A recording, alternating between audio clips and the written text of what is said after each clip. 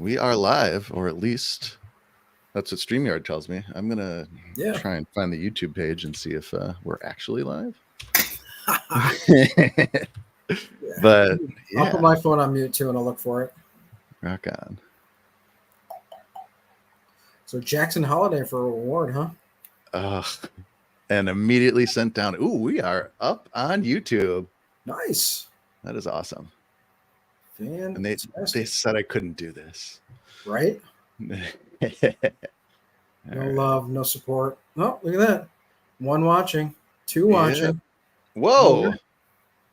All right. Well, if that had to have been more than just me checking that out. So I'm going to post in Discord that we're live, and we'll actually get this started. But yep. There's like a 5-second delay, and I love it. Yeah. Huh?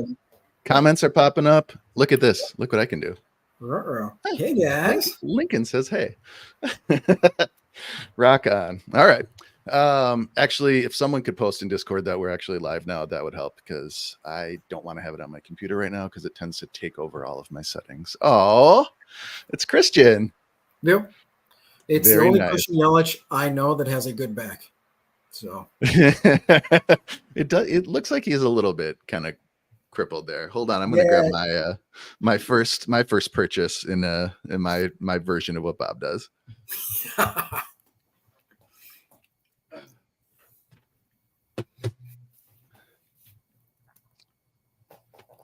So I am going to start a card collection, like a card wall. And here we have a Project 70 Tatis, which I really love like. Love it. So that is the first of many. Hopefully we'll have a wall of those at some point, but yeah. And then from our fantasy league that you and I are in, Kev, the man, the myth, the legend that is now nice. Oh, that's right. Autograph card. Yeah. Yeah. Got a rock the A's shirt, guys. So A's. Very nice. Not just a thing I do on Sorare. But Robbie's here. Rock on, Robbie. I ended up buying a Tucker and Altuve, like I told you, for the game week this week. So yeah. Let's see how that goes. Let's see which one's wife gets pregnant now or has a baby right now. So seriously, I don't know how we go about doing that, but we need to really put together a listing of everyone who might be pregnant, whose spouse or significant other might be pregnant, and kind of keep a running list to be on top of that. We essentially need somebody to volunteer to stalk every T1, T2, and T3 players' Instagram accounts and look for when they first announced pregnancies for their wives, and then work the math the other way. Like that sounds good. I don't know what else to do. It's not like we can get like medical records, Yeah. I mean, I think if we get one person for each team, and just your job is to start just tracking the what's it called? The WAGs, the wives and girlfriends Instagram accounts. I think that'll do it. I mean, it's not like last year where the entire Dodgers team had babies all at once, week period, because they all had the All-Star game in Los Angeles and everyone had the week off, and everyone decided to make babies at that point. Yeah. So 9 months later, the Dodgers didn't even play baseball. Here we are. Yep, exactly. Nice. Exactly. Rock on. All right. So this has mostly been intended to be a test run to see if I can actually pull this off. And so far, so good. Yeah. The only things we had planned today, obviously, this is live after lock, not live before lock.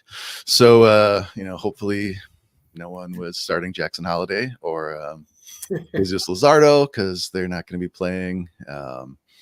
But one of the things I want to do is go over relief pitchers. And so Bob, of course, is going to talk about Mason Miller, who is apparently God's gift to pitching.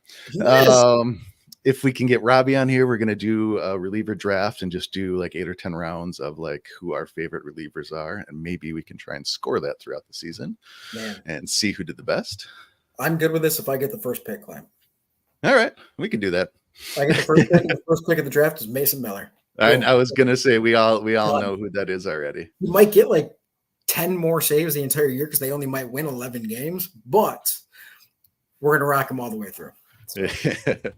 Looks like we'd like to see your sweater, Bob. Mike, it's over 60 degrees here, man. Like I don't got my Oakland A's gear. Like now if Sorare wants to get me an Oakland A's sweater, I will wear that There you all go. year. Like I'm good with that. Like, but I'm working on my primary colors, yellow and blue made green kind of thing. We're teaching the kids here too. So it's all good, man.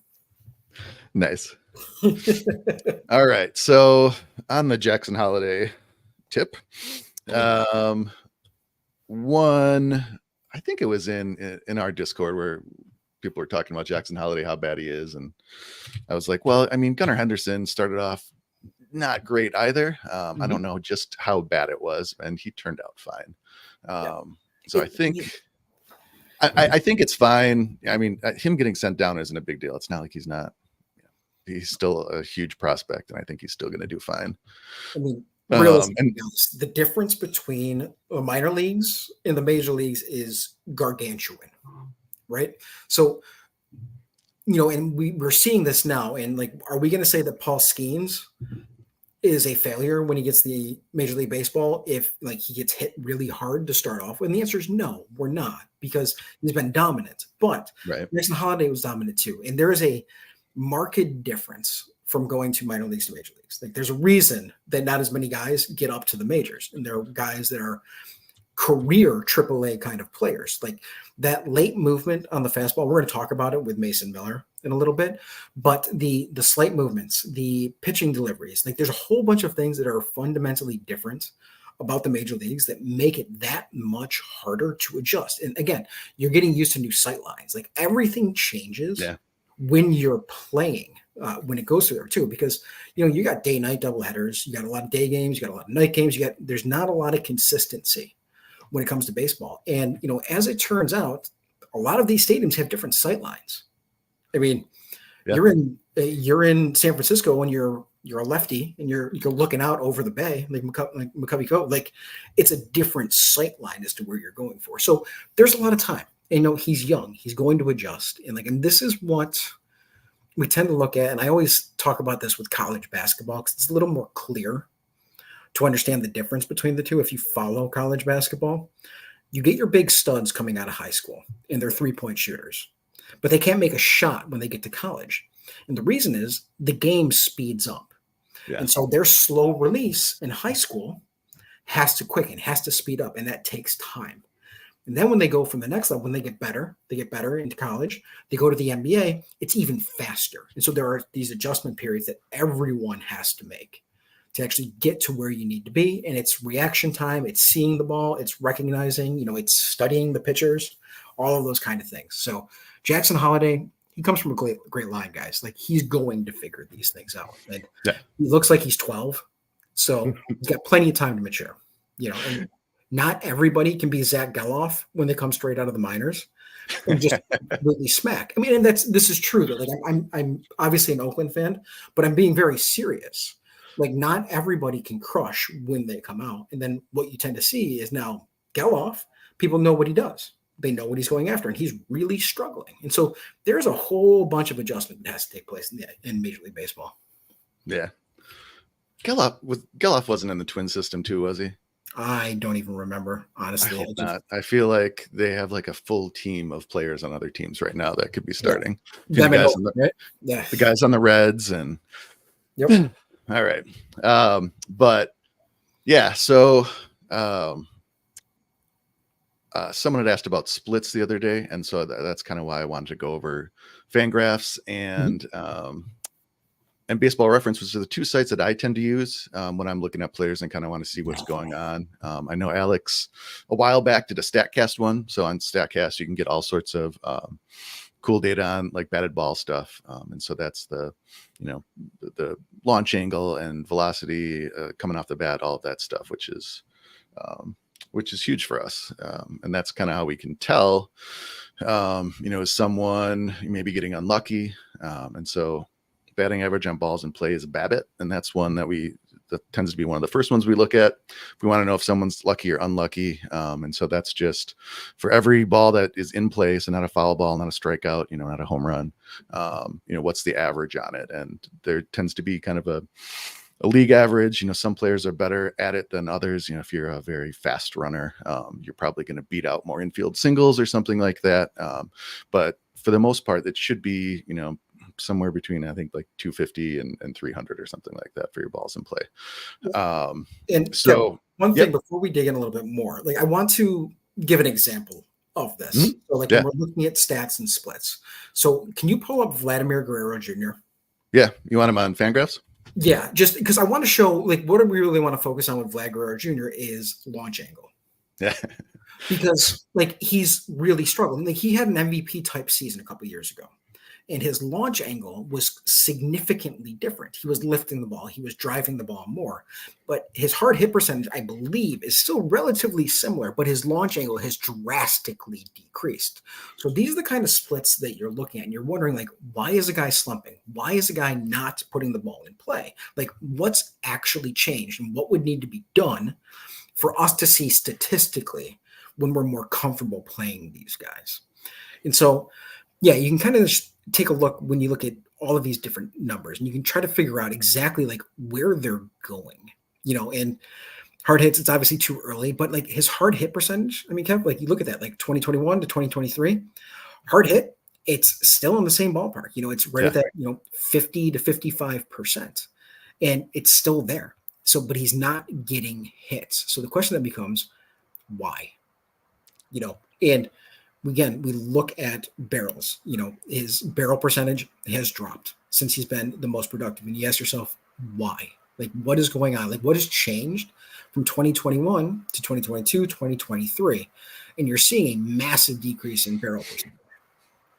And Yep. so he's not squaring up the ball. And so is he not seeing the ball better? Like, what's actually happening when we're trying to look at this? Because launch angle, again, really, really matters. And you can see that in 2023, his launch angle got a little bit closer to where he was at his prime. But look at that 2022 season, Gav. 4.3 at a launch angle. Yeah. Like he's essentially hitting very aggressive ground balls all the time. And that doesn't work without speed because he's a big, robust man. He's one of our beefy baseball boys that we love to sing about, like Rowdy Tellez. So these are some of the things that you can kind of get a look at and try to figure out where you want to be. And max launch angle, like most productive launch angle, like all of these things kind of like shift, but there's a general range you're looking for, and he's not quite there yet. He's still got a lower launch angle than you'd like to see with him. So some of the things you want to look at, you want to look kind of like game to game, what's actually going on. Very nice. So Lunch angle for Vlad. And yeah, so especially for folks that are kind of new to baseball, Vlad broke out it was 21, right? Yep. And so I think him and Shohei were kind of neck and neck for home runs that year. Vlad had just an amazing year. And he came into camp that year in the best shape of his life, which is, kind of a running joke that everyone shows up in the best shape of their life. But yeah, so he is a bigger boy. But yeah, like Bob was saying, it's launch angle is huge. And I just kind of want to back up for a second, because again, I kind of wanted to do this for folks that have never kind of dug into Fangraphs or Baseball Reference before. When I'm looking at splits, and splits are, breaking someone's stats down by month of the year, or by against left-handed pitchers or right-handed pitchers, home or away. So I will look, at how someone done in their career at a certain ballpark. And I don't know, sometimes those samples are too small to really matter. When they do get big enough, it's hard to say if it's actually going to be useful or not, but I still look at it. But if I'm looking at splits, I like Baseball Reference a lot better. And so quick, I'm just going to show you, I hope, because I usually do this on my phone. But if you're looking at splits on Baseball Reference, you can do career or the seasons that they've been playing, and then it'll bring up the various ones. Platoon splits are versus left and right, home or away, months, all that stuff. I just like the format of it better. But what I like better about Fangraphs is this data about batted ball stuff that Bob was talking about. And so all of these numbers, if they look like gibberish, events is how many batted ball events there were. So how many essentially how many times he made contact with his bat to the ball. EV is exit velocity, and this is the average.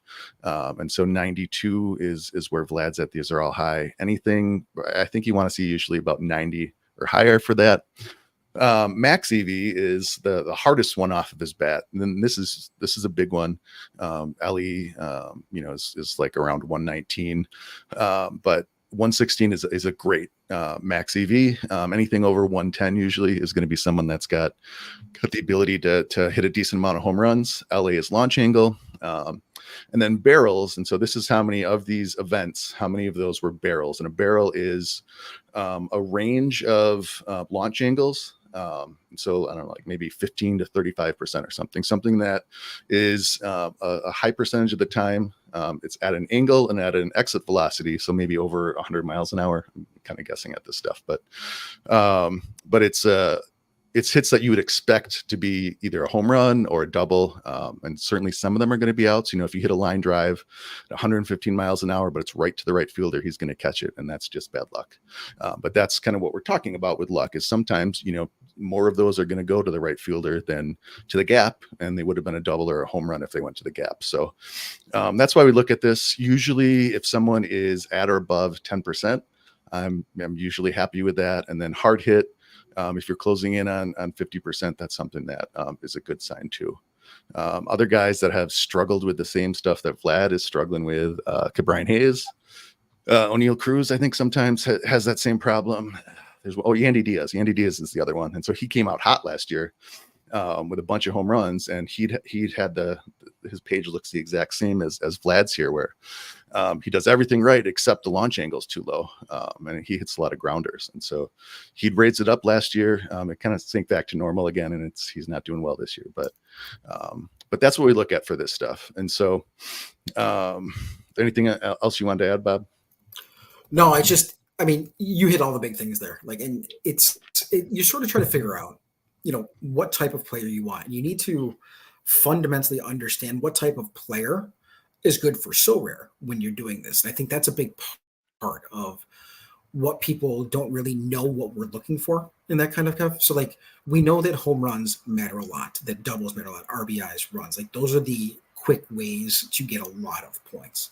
And so you're looking to maximize those. You don't want the guys I like Esteury Ruiz, who gets on base and steals bases, especially when he's not good enough to get on base, which has always been his issue. And if you look at his, I'd be willing to bet that his launch angle is too high. You want a fast guy like Ichiro Suzuki in the past, or a guy that's going to be on base. You want a lower launch angle, hit more line drives, get on base, beat out those ground balls. And so there's a different type of player that's good for real life baseball, and another type of player that's really good for Sorare baseball. And it's good to recognize the difference between the two, because I know my heart gets in the way of my brain quite a bit when I'm starting guys like Ruiz, who, and as Robbie says, that Ruiz guy sucks. So nice. Thanks, Robbie.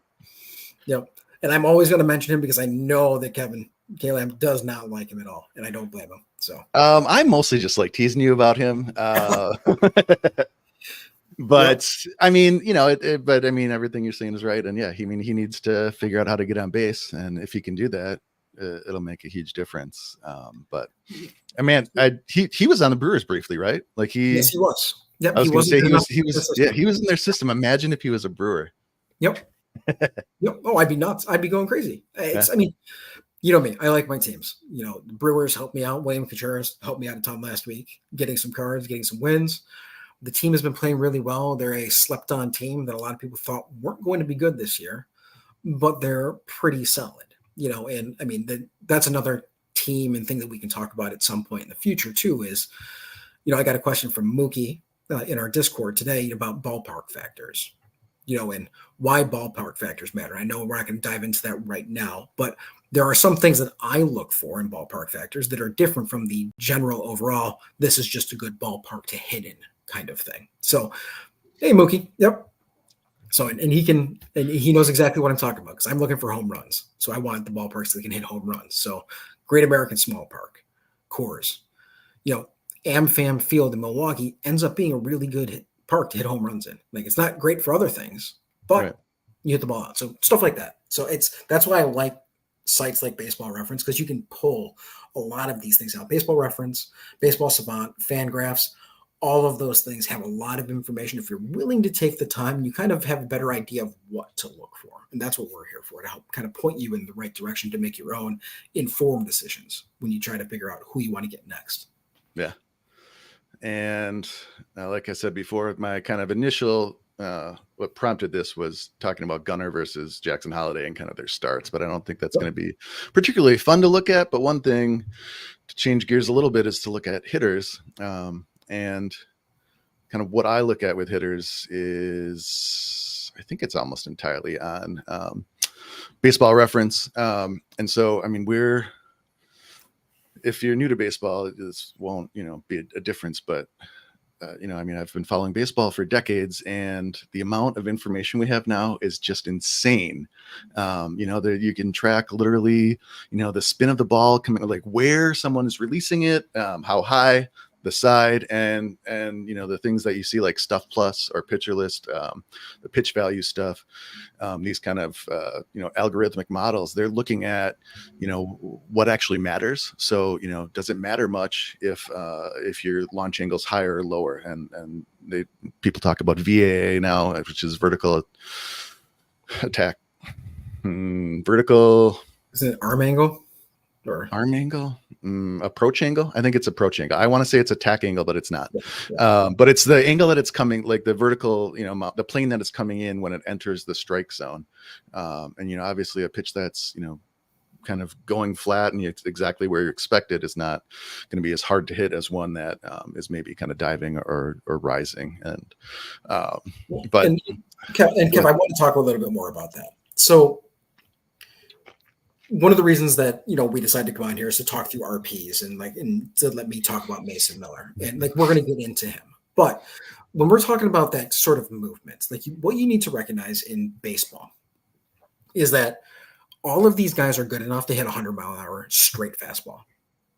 All of these guys, they have the reaction time. They have what it takes to hit that ball. So pitchers that are just throwing straight 100-mile-an-hour heat, except Jose Abreu. Well, yeah, I mean, he's like great grandfather at this point in baseball terms. So, but I used to own his Unique, man. Oh, poor guy.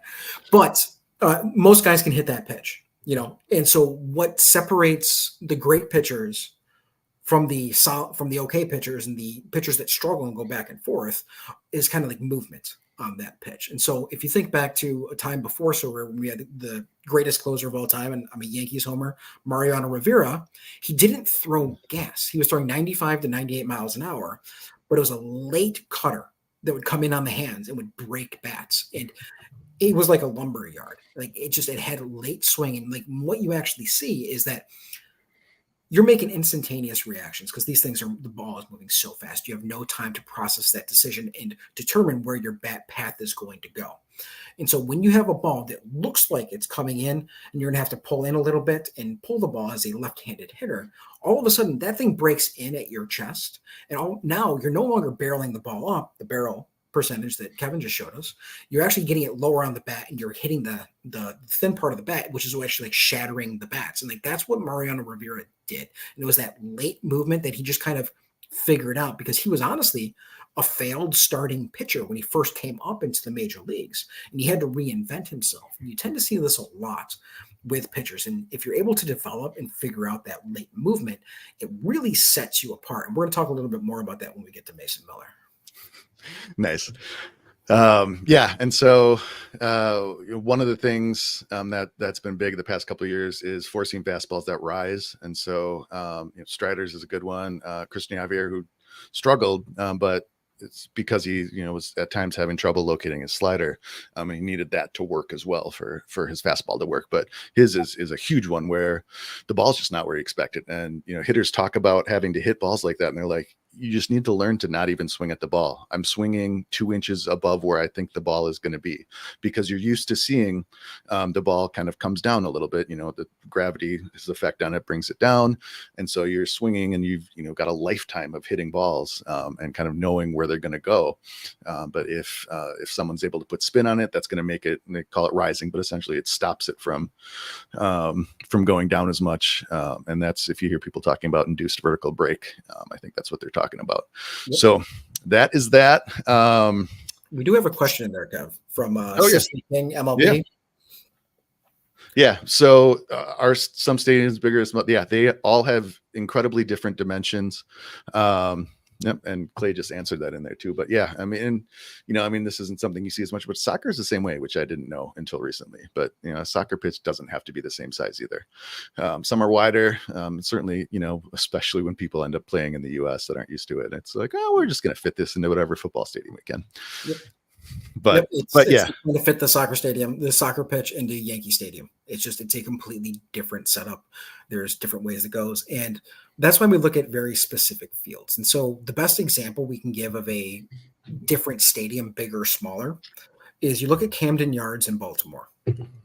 So a few years back, they had a short porch, a shorter fence in left field. And so left field, a majority of batters in Major League Baseball are right-handers, and they pull in the percentage of pull rates tends to be a lot higher when you're actually playing at the Major League level. So what was happening is that people were able to get the ball in the air, lifting it, and actually getting it out of the ballpark considerably easier. And so Baltimore made a decision to actually move that fence back. And Kevin's actually got a picture of it there in left field. So they moved the fence back and they built a wall that was higher. And so now it's exponentially more difficult. And you can actually see from the way the field is split up like that with angles and nooks and crannies that there's nothing standard about baseball fields. I mean, this is a great example. Another one is in Boston at Fenway, which Boston and Fenway is the great example of just like jamming a field in the middle of a space and maximizing the amount of space you have, because it's 302 feet down the right field post, which is legitimately called the pesky pole. And that is something that I can still hit out of the park. I can still hit a ball 300 feet, and I suck at anything physical now, but that's not a long distance. That's essentially when you're like 13 years old, people are hitting the ball that far. And then, Little League Baseball, people are hitting the ball that far. But then you have the Green Monster on the other side. It's only 315 feet, but it's, what is it, like 45 feet high, Kev? Like that is, you actually need to hit a ball about 400 feet to get it out. So there's a lot of unique things about stadiums, and those unique functions and parts of those stadiums can actually make or break whether or not it's a good ballpark to hit in.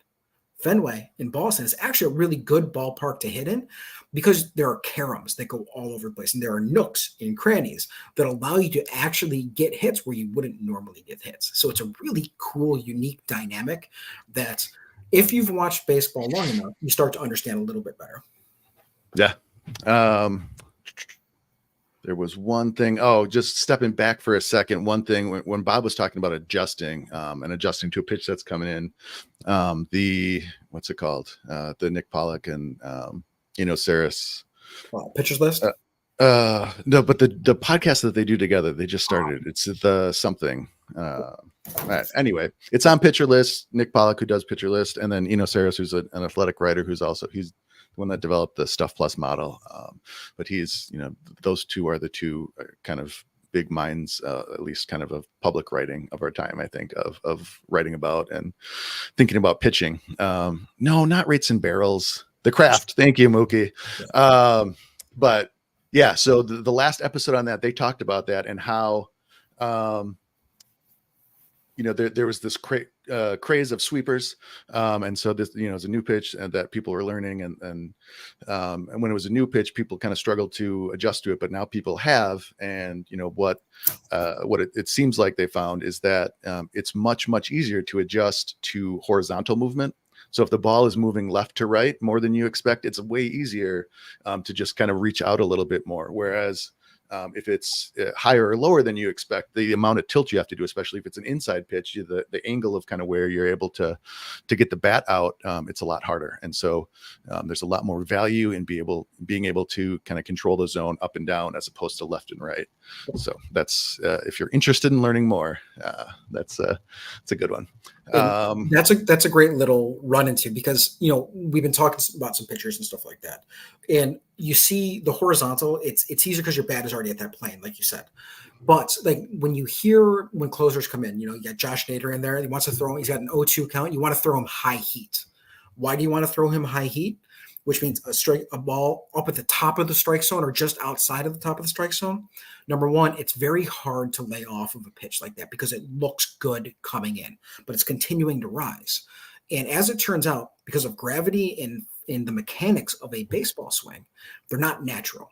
And so when you are trying to adjust, the higher up a bat goes, it's out of your natural swing path. So as a result, it takes a slight fraction, a little bit longer to actually get there and get it playing. So if you're throwing a 100-mile-an-hour fastball at the top of the zone, it is exponentially more difficult to hit because of that vertical movement, not the horizontal movement, as Kevin was just saying. Yeah. All right. One last thing I wanted to touch on before moving on, I think, is looking at pitchers, scouting pitchers, and Tarek Skubal is one who I was on, a while ago. And he was someone who didn't have a lot of hype as a younger guy. Casey Mize, I think, was expected to be a much better prospect and expected to be a better pitcher. But he is someone that had all the stuff that I like when I look at stats. And so kind of the basic stuff when you're looking at stats, the important things that I look for in on Baseball Reference are the age difference column.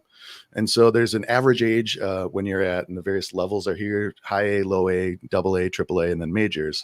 If someone is doing well and they are maybe 22 in a league where the average player is 21, that's not as impressive as if someone's 18 and even just kind of doing average. But if it's in double A and usually, the players there are 22 or 23, that's a lot more impressive. And so kind of that's why sometimes you might see someone like Jackson Churio who, maybe the stats don't jump off the page, and they kind of did regardless. But like if you're 18 years old and doing that stuff in double A, like that's a big deal. But so age and kind of age for your level is a big deal.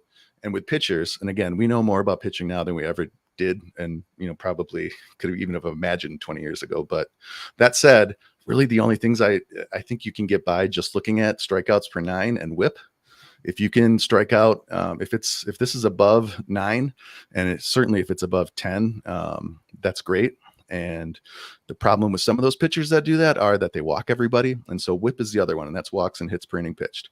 If you can keep that under 1.2, and especially if you're close to 1, like you're going to be able to succeed. And who knows how or why? I mean, that's a different question of how and why they're doing it, and different pitchers do it in different ways. Charlie Morton is a much different pitcher than Spencer Strider, but they're both able to be successful with different kind of approaches to pitching. But you'll see when someone is coming up, if you can see that they're keeping a whip close to 1, and if they're striking out more than a batter per inning, that's someone who's likely going to be successful. And so his numbers obviously kind of jumped off the page when I started looking into him a while back. But he was putting up 12, 15, 17. I mean, some of these are small samples, but it's crazy when you see numbers like that. And so that kind of indicated that he's at least got the chance to be good. Someone that's only striking out 7 or 8 guys an inning in the minors isn't going to be successful in the majors, or at least not. And they may get by, maybe, someone that does fine and they can put up quality starts, but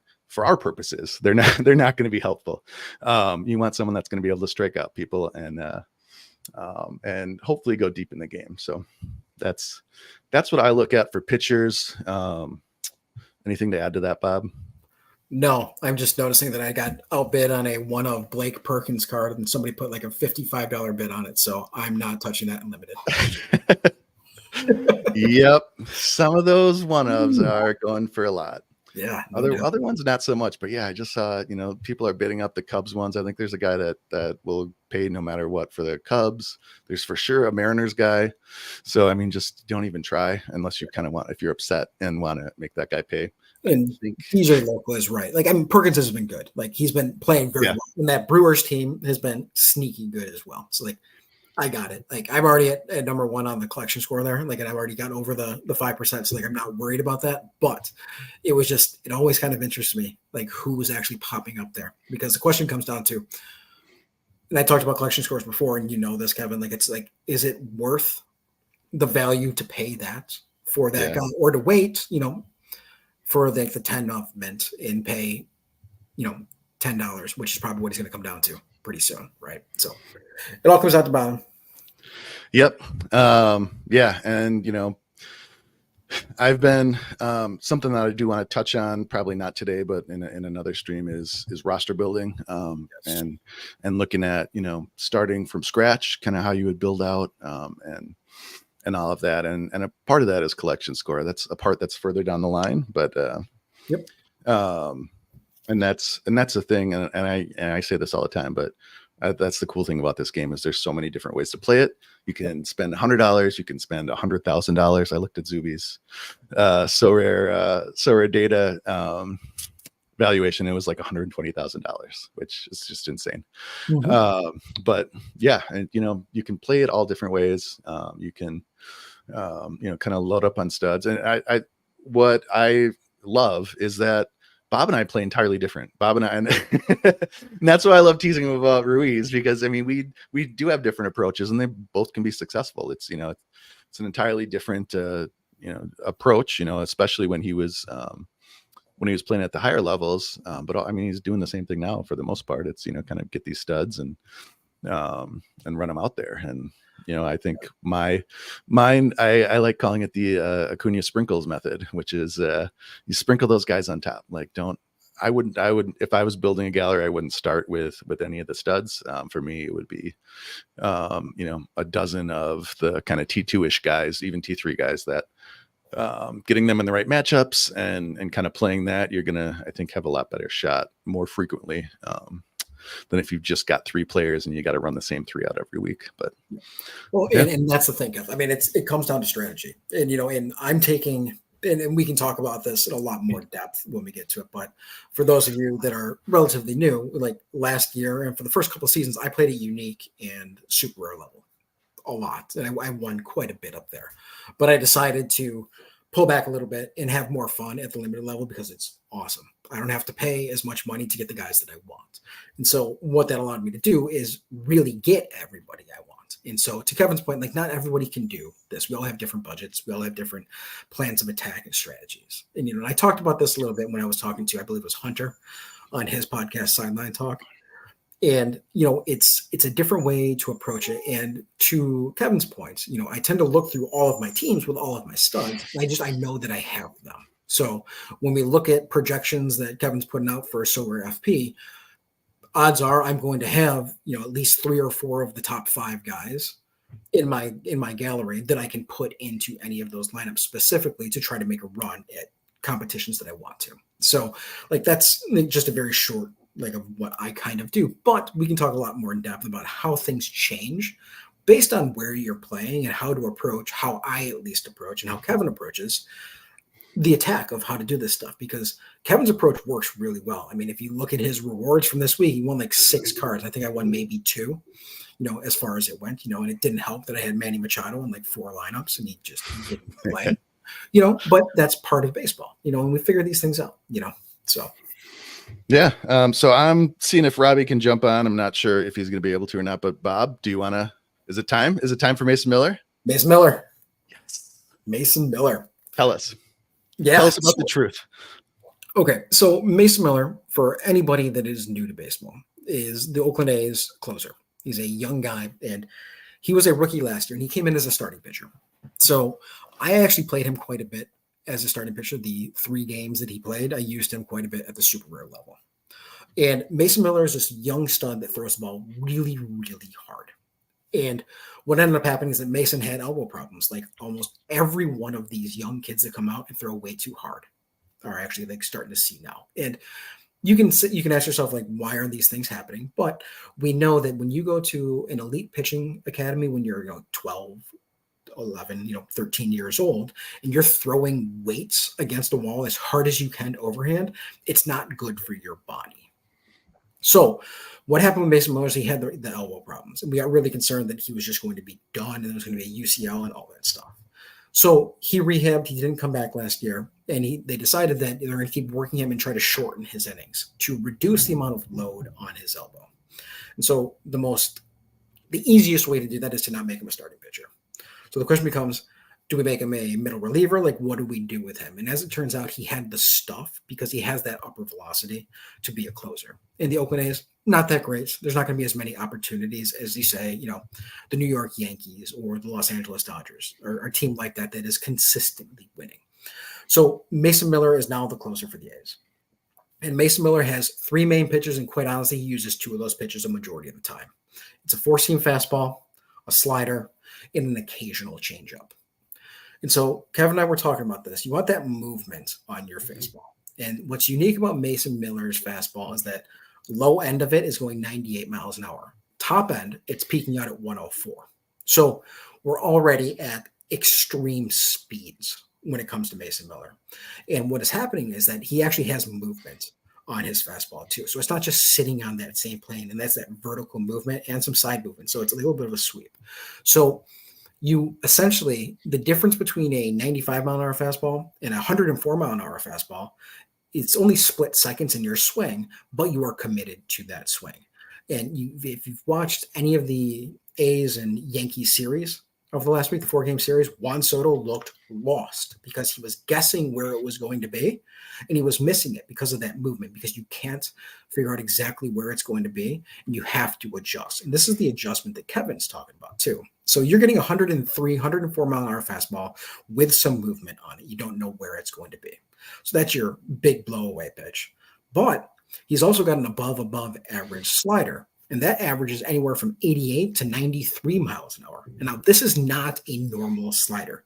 The average slider cap is what, like 82 to 85 tops as it comes out there. And what he's doing is he's actually pinpointing this pitch. So he learned after this injury to control his pitches a lot better. And control matters with these guys because you see a guy leaving a pitch out over the middle of the plate, they're getting absolutely hammered. Mason Miller did that a lot last year. But what Mason Miller is doing this year is he's actually pinpointing where those pitches are going. And so if you watch back some of the at-bats, especially the bats with Juan Soto, his fastball is running up at the top of the zone every single time. It's a hard pitch to lay off with that late movement, with that movement on it, and it's hard to hit. But what he's also doing is he's throwing a slider on the inside corner of the plate that is late breaking that comes out. And as it turns out, there's actually an overlay. Someone on Twitter actually put in an overlay of the slider and the four-seam fastball that he threw in back-to-back pitches to Juan Soto, and they came out at the same plane. Halfway to the plate, the slider dove down into the left, and the fastball kept rising and went up, and then had slight movement at the end. And so as a result, Juan Soto is sitting there looking at a pitch, then trying to identify a pitch. He has to basically guess, is it fastball? Is it slider? And when you can actually locate these pitches on the corner and the fringes of the strike zone, those are always tough pitches to hit, and they end up like creating a lot lower batting average. So, you leave it over the middle of the plate, easier to hit. You actually pinpoint your accuracy, they're nearly impossible to hit, especially with this type of velocity and movement that goes along with it. And then, not to knock your head off or anything like that, but he also has this changeup that I can't even tell you how fast it goes, but he's thrown it 2 or 3 times this year, and it's pinpointed the bottom of the zone with every single pitch. And so imagine sitting on a 110 mile or 105 mile an hour pitch, and then getting an 80 mile an hour like ephus pitch essentially as it's coming through there. And what it's doing is it's changing your eye level. So top to bottom of the zone, top to mid-low part of the zone with the slider, fastball, the slider, and you're also changing your speed. So now your timing is completely off. And this is what's making Mason Miller absolutely untouchable right now. And when guys are getting it, they're actually not putting the barrel on the ball either. And Kevin's actually showing the highlight of this. And so like you see that pitch, like watch this pitch. They're coming along the same plane. This is the fastball and the slider. Like, what are you doing? Like, how do you do that? It's a 15 mile an hour difference. And you're locked. And so this is what's absolutely incredible because those look like good pitches coming out, but you can't do much to it. And so he's pinpointed his control. He's got that movement on his pitches, and he's just an absolute beast. He's throwing plus pitches that are coming through here. And like with more speed, becomes less reaction time. It's a lot harder to hit no matter what you're doing. And you don't see a guy like Juan Soto swinging at balls and then missing like he is. It doesn't happen. He's one of the most disciplined and well timed batters in all of baseball. And if he's looking lost, that means that everyone is looking lost. And so thanks for pulling this up, Kev. Like this is Yeah. an absolutely phenomenal look at a stud young pitcher versus one of the best hitters in baseball. Yeah, it's and this is Pitching Ninja. If anyone wants to kind of geek out on pitching videos, he does a ton like this, and they're just my favorite. Yeah. It's good stuff. And by the way, that Soto strikeout, it didn't take me off of a podium, but all I needed was a single or a walk from him, and I would have been on the podium. And instead, I ended up like 1.5 points behind. Thanks, And Juan. there's Thanks, actually, Mason. there's actually a question from Lincoln in there about do I think they'll move him back to starting pitcher? I certainly hope not. I mean, he is absolutely dominant right now. And we've seen what's been happening with young pitchers and overuse of just the tool itself. Because this motion, it's not unnatural motion. You're working against gravity. It's torque and it's really tough on the body and the structures. And we're actually seeing a lot of these injuries. And I know that Clamp, you had some data that says like it hasn't changed too much, but we understand the physics and the biomechanics of the body and the arm. And so if you're able to control how many pitches these guys are throwing and limit them, there's a higher probability of them lasting longer, but it's baseball. Like any massive injury can come at any point in time. Yeah. I mean, and there you go. And that's what Hey Eagle fan just basically said, the Tommy John Linger doesn't mature until you're 26. Yeah. And so, this is part of, think back, like what else doesn't mature until you're 26? It's really the human brain, right? Like this is why we make a lot of stupid decisions when we're really young, So like this is just part of what happens in the body is very, very tough. And yeah, a lot of high school pitchers are getting TJ because they see an opportunity. And what's actually happening in a lot of these pitching academies is that they have solved the puzzle of how to make it to the major leagues, how to throw fast. And so kids are trying to throw fast and kids are hurting themselves by throwing fast and doing these things. And it's a question of how sustainable is it and like what actually works and like what happened to the good old days of fat guys that are pitching with pet donkeys named Pancho like Bartolo Colon that wasn't throwing 120 miles an hour. He broke into the league at what was like 2021 with the Cleveland Guardians, the Indians at that point, and he was throwing 85. And as it turns out, as he got fatter, he threw the ball harder, but he didn't need to throw 105 miles an hour. And as it turns out, he had a long, successful career. He learned how to pitch. Greg Maddux is another great example. He didn't have to throw gas. But if you're a scout and you're looking, I've got a guy that can throw 102 miles an hour, or I've got a guy that's pinpointing a 92 mile an hour fastball. I want the speed. I want that because if a 92 mile an hour fastball misses over the heart of the plate, it's gone. If a 102 mile an hour fastball misses over the heart of the plate, you have a chance of it not being gone. And there's a big plus or minus to all these. But if we continue to develop young kids to throw super hard like this, it's just an endless supply. And the pitchers are just a resource, essentially, is what it comes down to. And we just, they'll pitch for 2 or 3 years tops, and the next one will come in because as it turns out, we keep getting a ton of them coming through. I mean, Paul Skeens is just he's in the minors right now, and he's thrown 105 out of the fastest of the 106 fastest pitches in like AAA at this point this year. Like that's ridiculous, but that puts strain on the body. So I hope, long story short, I hope they don't push him to starting pitcher. I love him in the closer role that he's at right now. Would it make more sense that the A's sell him for a ton of money to a contender? Yeah, it actually does because that's what the A's do. Right. But I'm going to love Mason Miller for as long as we have him. And hopefully his card gets printed on Sorare so I can buy that first one. And like Jackson Churrio's first card, I will spend way too much money for it, but I will use that card every single week because if the A's win a game, he's going to get a save with potentially 2 to 3 strikeouts. That's kind of like a 25-point outing right there. And that's absolutely fantastic.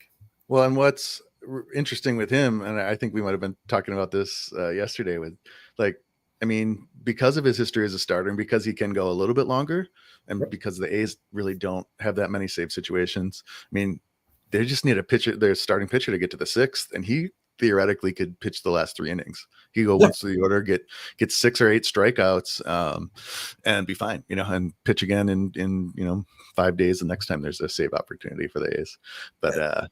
yeah, and kind of on part of what prompted talking about relief pitchers was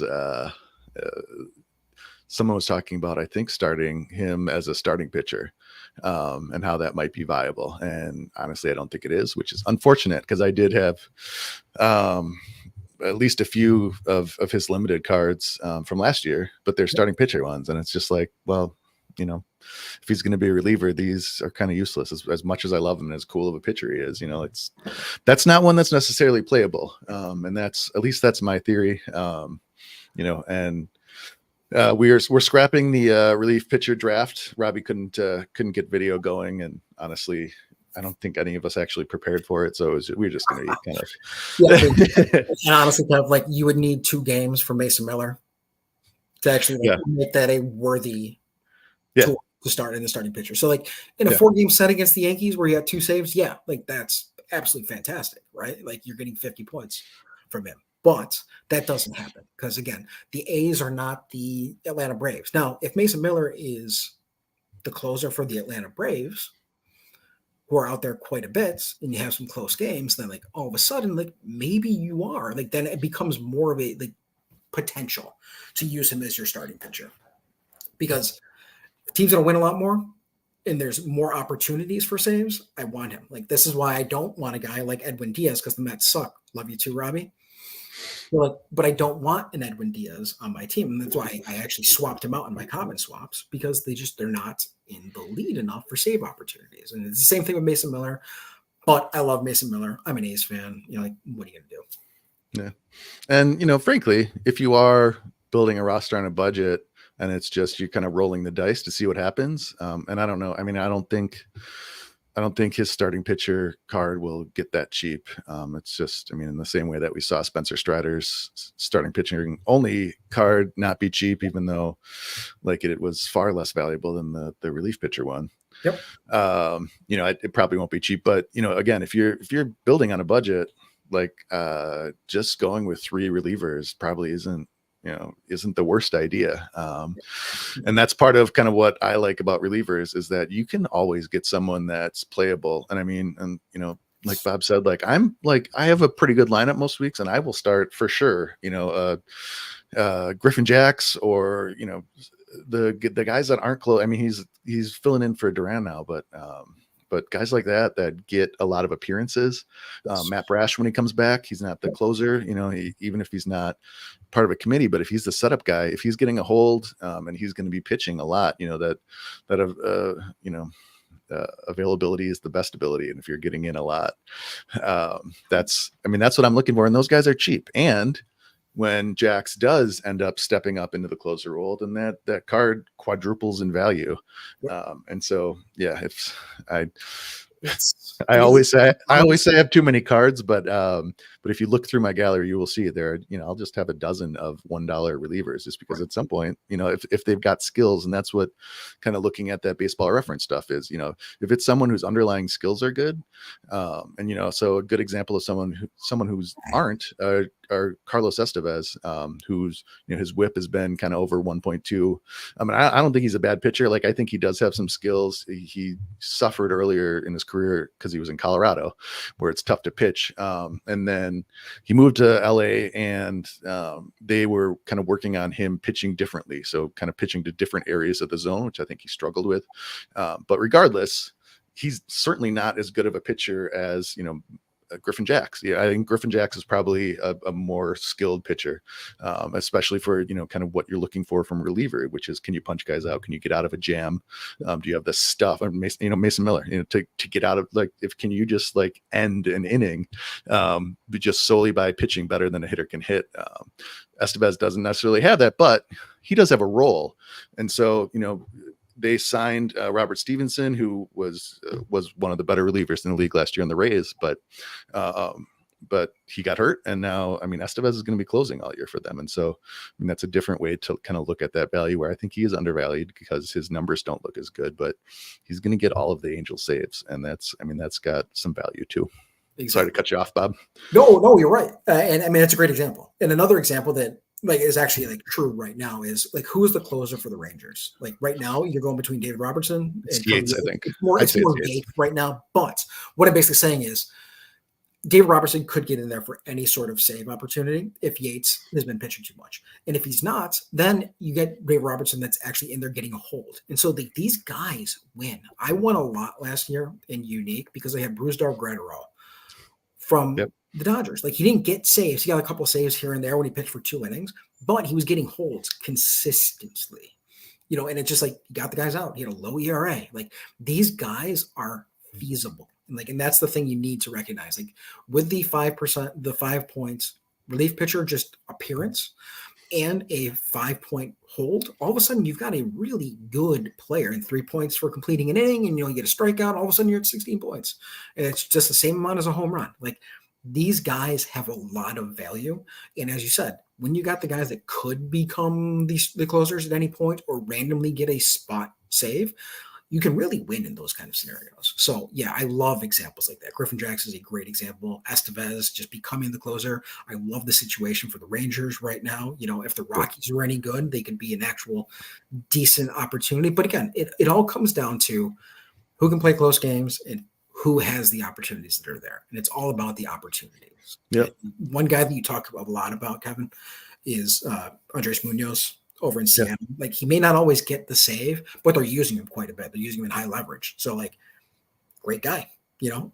So yeah. And look at that. Right. Like Cano last year was the guy in Baltimore, you know? At least at the beginning of the season, yet another Twins player who is succeeding elsewhere. Yeah. But yeah. And as far as the Rangers go, Josh Sborz, I'm not really sure how to say his name, but he just came off the IL. I mean, I think he's going to be just as much in the mix as those other guys. And I know I've seen some cheap super rares. If you're looking to get into super rare, I think there's one listed for like $45 or something like that. And that's one of those guys who he's going to have a consistent role. And he's especially in Texas where who knows what's going to happen. He very easily could be the closer by the end of the season. So yep. The Prinksy of baseball. I like it. Love it. There's a pretty big difference between our galleries, but I'll take it. I'm not sure Prinksy has a budget. I definitely do.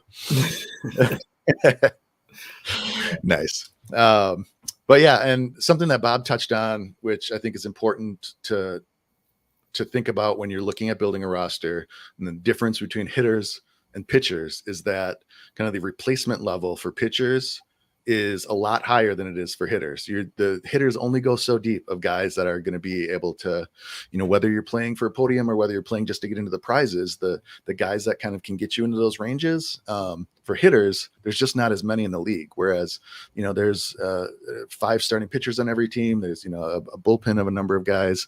And so there's just more depth there. And for me, that's why I never want to overpay for pitching. I like to have a lot of it. I would much rather have, instead of, Garrett Cole, for instance. I think he was probably him and Strider, were head and shoulders the kind of most expensive starting pitchers going into the year, and probably 2 or 3 or 4 times more than most of the other guys that are going to put up almost the same numbers. The Pablo Lopez's and the who are the other guys that I like? Glasnow. Well, Glasnow's gotten expensive too, but Glasnow's expensive. But you're Skubal. You're Cole. Yeah, Skubal. Yeah. So one thing to call out, Kev, just on this point, is that every game is a different opportunity. It's a whole brand new sheet. Just like look at last year with Domingo Germán for the Yankees. He was not a good pitcher, but he threw a no-hitter against the A's, right? Like you can get that. It's possible. It's not always the Wheelers, the Nolas of the world that throw these kind of gems that go through there. Look at Ramel Blanco this year. Like who's thinking this is happening? And so it's really kind of cool when you get these things in, honestly, what are the odds that Clamp is playing a Domingo Herman or a Ramel Blanco on the week that they're actually throwing a no hitter. It gives you a massive advantage if you happen to have them, because I know that I'm not playing them. Like, I'm going to start one of my top pitchers because that's just kind of like what we do, right? But it's a great distinguisher, between everyone that's actually going there, and you can just have a lot of fun with it, And if you happen to play the guy that threw the no hitter that no one knew about, then good on you. Like, I want to see that X post, Twitter, whatever you want to call it. So, but Nice. yeah. I mean, look at all these. It's just there's so many good young Yeah. guys in that Pittsburgh organization. Jared Jones, Skeens. Like, I can't wait till they actually come out. I really. And Mookie asked the question before, like, what are they going to go for? And they're probably going to go for whatever ridiculous price someone closes their eyes and just types it into their keyboard is, and that might be me being stupid, but who knows? I mean, look at this. Yep. Oh, you can undercut by Sorare? Oh no, it's just a place of bid. Okay. Oh man, do not get me started. All right, we're gonna wrap this up soon because I will be on here for an hour talking about instant buy. The moral of the story is it's good and they're doing a great job with it. Like, I've seen all sorts of crazy things said about it and none of it's true. Like, they're not competing on the secondary market. They go up immediately. They just released a bunch of new cards, and so before those auctions and all those new number ones came out, they did a bunch of instant buys for guys that had been released but like weren't being minted currently. And who was the Westberg, Jordan Westberg. So I mean, like, I really wanted to add some of him for like, I've got a ton of Orioles, and there were 2 limiteds and 2 rares up, and I bought all of them. But I bought the first rare, and then I went to buy the second one, and it wouldn't go through because it was still listed at that old price, but it had already gone up. They raise it, it's about another 30%, every time, and then they take them away once too many have gone.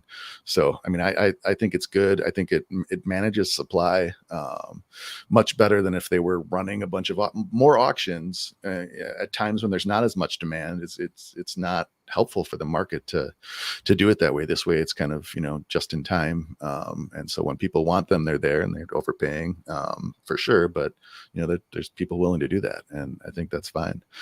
But yeah, so as far as a value play, I was going to say I'm not sure how much Freddie Peralta costs now, but there's not even any old cards up. Is he starting this week?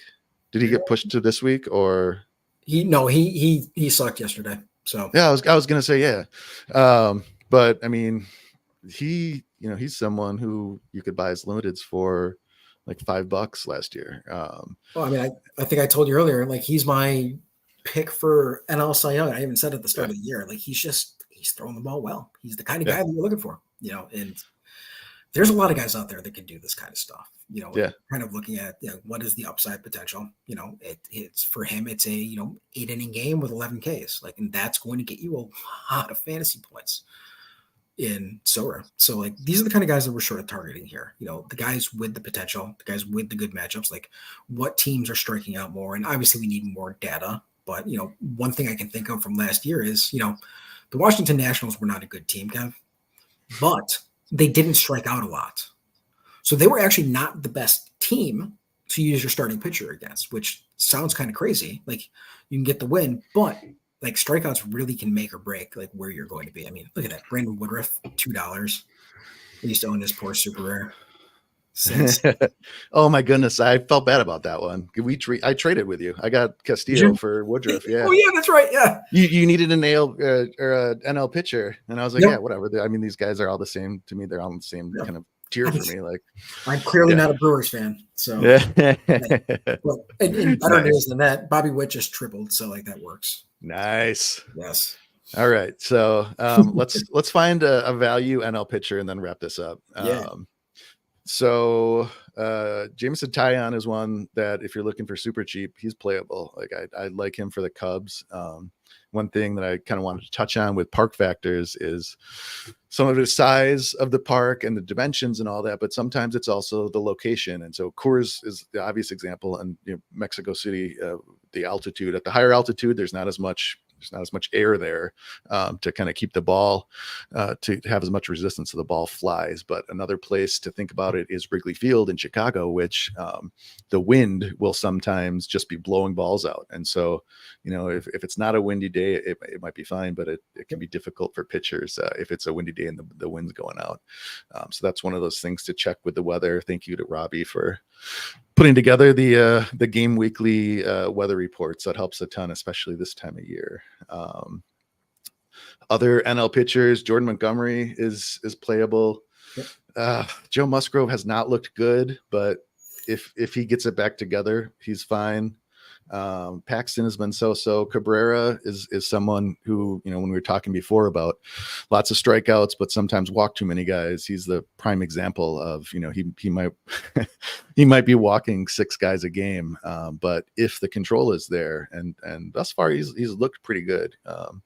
He's a decent value. Mackenzie Gore has looked good. I've always liked Sean Manaea, but he's not for $5. He's not. I mean, honestly, he's not. Yeah. A guy that you're not going to think of that most people won't think of, but has the potential to hit, 30, 32 is Graham Ashcraft. Yeah. Of the Cincinnati Reds. If you don't play him at home, he has that strikeout potential. He has that upside. They can actually pump out a little bit there for you. Yeah. I tend to shy away from the Cincinnati pitchers just because, they've all got their own flaws, and half the games you're not going to start them. Yep. So, but if you're looking for a pitcher, there's $7. Graham Ashcraft's $2. So that's cheap. Colin Ray of the Brewers, he throws a good game. There's nothing spectacular or intriguing about it, but he's been pitching great. But what's Ranger Suarez? Is he expensive? He's been fire. Nice. The other two I would note are Logan Webb, and Hagel mentioned that one, and then Justin Steele, who, if he's not back yet, should be back soon. And he was a hamstring injury, so not an arm injury, and certainly it could mess him up. But he's someone who I was always down on him, except for the fact that it seemed like he always destroyed the Brewers. Every time he would start against them, he would have his best games. It's seriously. But he's someone who it looked like he doesn't have very many pitches, which can be a problem, but he's someone kind of like Lance Lynn when Lance Lynn was doing well, where he throws a lot of different types of fastballs. And so, maybe it's not coming across on the stuff kind of metrics, just because it's hard to read it when, he's putting different movement on the balls, but he's someone where it sounds like a lot of hitters have really been struggling just because they don't know which ball they're getting and where it's going to end up. So are you going to play a guy like Charlie Morton? Rarely, but I would. I would prefer not to. The way that I play is I'm mostly playing 5 limited and 5 rare competitions, and then right now I've still got some super rares left, but I'm mostly just kind of, I'll try and put together one good super rare lineup, whether it's all-star or champ or whatever. But for the most part, the way that I've built my roster is the pitchers that I love, I want 2 or 3 or 4 or 5 of them. And so when Freddie Peralta is going in, and sometimes that screws you, and then it is what it is. But but Peralta and Pablo and Joe Ryan and Logan Webb, guys like that, I want them in all my lineups. And I know a lot of folks, don't recommend putting a starting pitcher in the flex spot, but I do it all the time. If it's a stud pitcher who I'm looking at him getting 30 or 35, that's a guarantee. It's as guaranteed as it can get. Whereas with a hitter, every hitter is going to put up a 2 at some point during the season. And so if I've got bats that I know have good matchups, and I'm not just kind of crossing my fingers and hoping this guy puts up 70, but if I've got, Kyle Tucker and I've got Yordan Alvarez and I'm they've got a great matchup, I think they're going to mash. I don't need as much upside out of that position. And so I'm fine starting a starting pitcher in that spot. And so that's how I build. But so Charlie Morton, he probably wouldn't make it in unless it's just, and he's someone that I've got because I've got a Braves collection.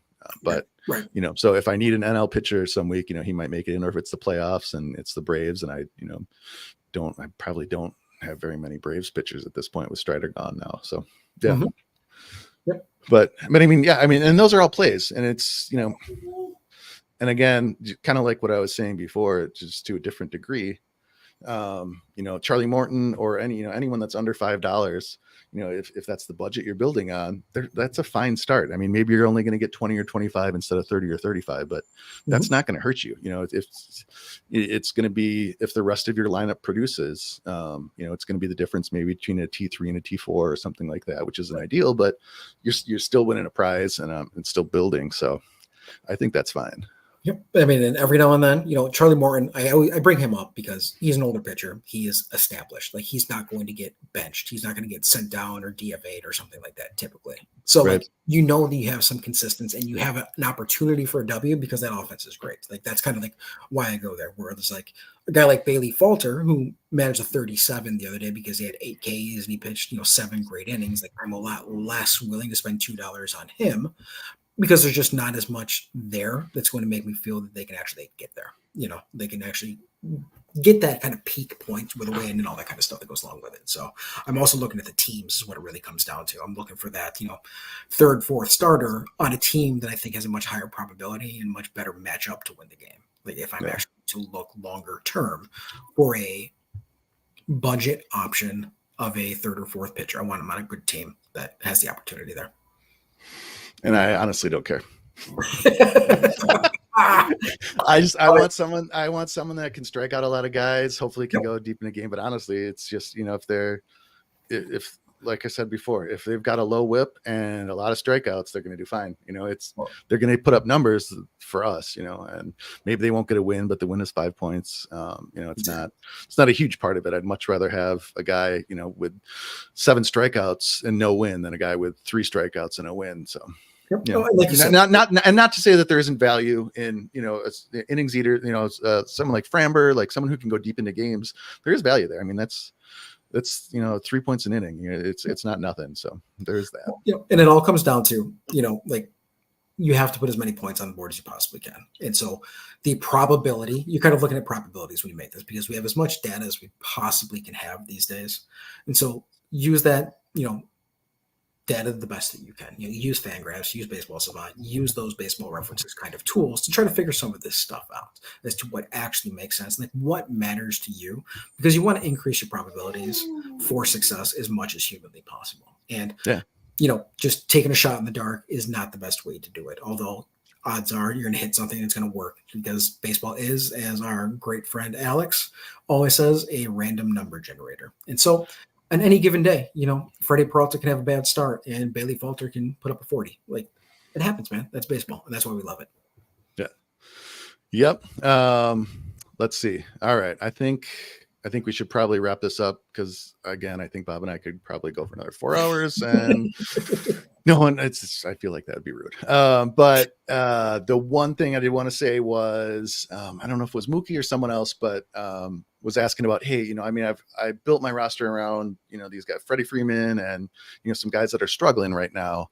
And that's something where, if that's for sure something that we can do. I'm hoping that we can start doing live before lock regularly, kind of depending on schedules. But if not me, maybe Bob can or Robbie, and we can kind of figure this out. But yeah, so we're looking forward to doing that. But that's something that we can start digging into for folks that might be helpful for is, how should I feel about Freddie Freeman right now? Is he washed? Is he not?